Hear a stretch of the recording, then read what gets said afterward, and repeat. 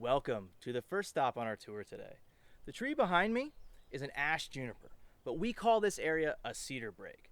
The Ashe Juniper is commonly referred to as cedar here in the hill country, and actually a lot of parts of Texas as well, but it's not actually a true cedar.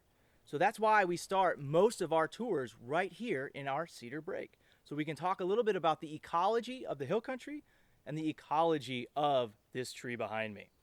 Most of the Bamberger Ranch was made up of Ashe Juniper in 1969 when Mr. Bamberger first bought it. Now it's important to know that our community here, our ecosystem in the hill country, wants to function as a grassland savanna. So that's mixed grasslands and mixed forested. About 50-50 currently here in 2020, but historically it was probably around 60-40, maybe even closer to 70-30. It really just depends on where you go. Our bottomlands would be open, but our areas next to the creek would be covered and forested. So we had a lot of diversity here. And the story of the Ashe Juniper tree and the story of the Bamberger Ranch all ties back to water.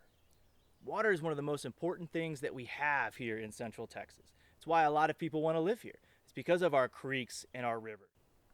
So when we talk about the ecology of the hill country, there's a lot of different things that help keep this juniper tree in check over time, okay?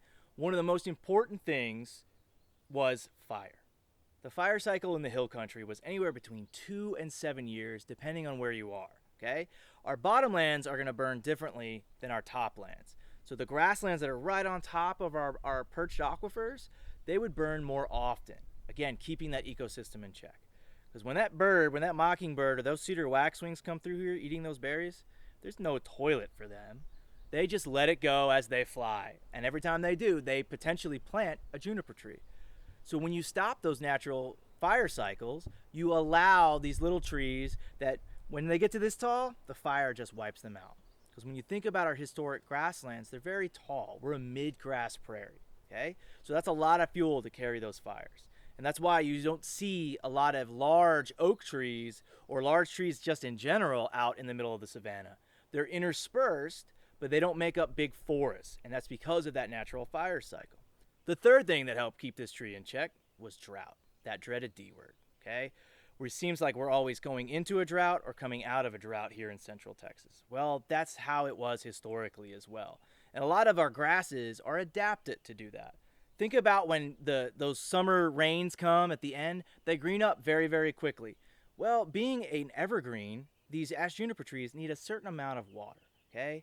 And if you can remember back to the 2011-2012 drought, where it was something like 14 inches across a year-long period through those 2 years, a lot of rust-colored juniper trees happened, and that's a huge fire hazard.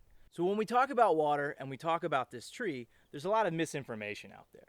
This tree isn't so detrimental to our ecosystem because of the amount of water it drinks. Now, it is an evergreen, so it does drink water every single day. But really what's bad about this tree is a condition like this, a closed canopy juniper or cedar forest. Because what happens in most of our rains here in the hill country, they fall about 1 inch or less. Okay, we get those big deluges, which aren't affected as much, but when we get those Irish rains, okay, we're talking half an inch across the entire day, 36% of that rainfall gets caught up in the canopy layer. Because these cedar trees, these junipers, have tiny little scales, like little tiny coffee cups.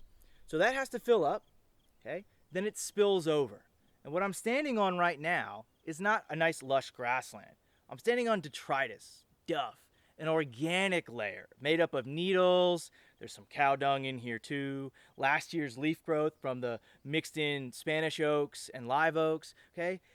It just forms a sponge, and that soaks up 43% of that water. So again, we're almost all the way out of water. We've only got 21% left. So that 21%, what do all these trees have underneath the ground waiting for it? Roots. So in that 1 inch rainfall, you don't have any groundwater recharge in a closed canopy cedar forest. But that same 1 inch falls on one of our many grasslands out here, and 80% reaches that subsoil level, gets into our aquifers, allows for percolation. And that's what happened here on the ranch. Mr. Bamberger cleared a lot of juniper out here. and he got the grasses established. And you'll see throughout the day the success of all of that when you see all of the water and all the stories that are tied to water throughout the ranch.